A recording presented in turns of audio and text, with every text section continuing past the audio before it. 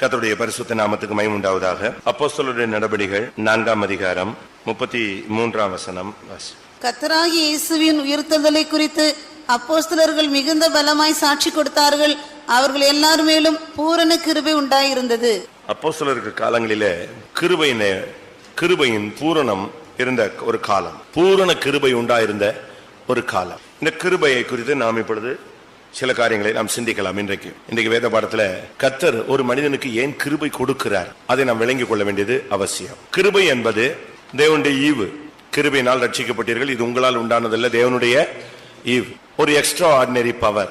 முடியாதவனுக்கு முடிய வைக்கக்கூடியது, இல்லாதவனுக்கு இருக்கிறதாய் மாற்றக்கூடியது, ஒண்ணுமில்லாதவனுக்கு உருவாக்கக்கூடிய ஒரு வல்லமை கொடுப்பது. இந்த கிருபை என்பது எது இல்லையோ அந்த இடத்தை அது நிரப்பும், எது முடியாதோ அதை முடிய வைக்கும், எதை செய்ய முடியாதோ அதை செய்ய வைக்கும். மனுஷனால முடியாதது, இல்லாவிட்டால் நம்முடைய அறிவின்